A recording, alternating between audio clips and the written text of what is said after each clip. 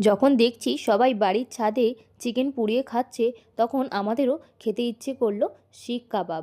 শিক কাবাব খাওয়ার জন্য আমরা চলে এসেছি একটা ফুড কাউন্টারে।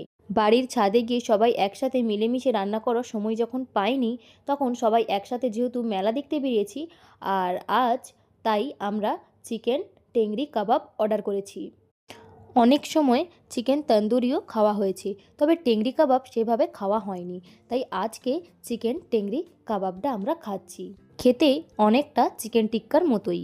গ্রিন চাটনি আর স্যালাডের সাথে এটা পরিবেশন করা হয়েছে, সেটাই এখন খেয়ে দেখছি। যদি ছাদে বসে একটা পিকনিক হতো আর সবাই একসাথে মাংস পুড়িয়ে খেতাম, তখন আরও মজা লাগতো। কিন্তু এখন কিছু করার নেই, আমরা এখন কিনেই খাচ্ছি। কিনে খাচ্ছি বলে চিকেনটা যে একদম টেস্টলেস তা কিন্তু নয়, চিকেনটা যথেষ্ট টেস্টি ছিল। তোমরা চিকেন টেংরি কাবাব খেতে পছন্দ করো কিনা কমেন্টে জানিও।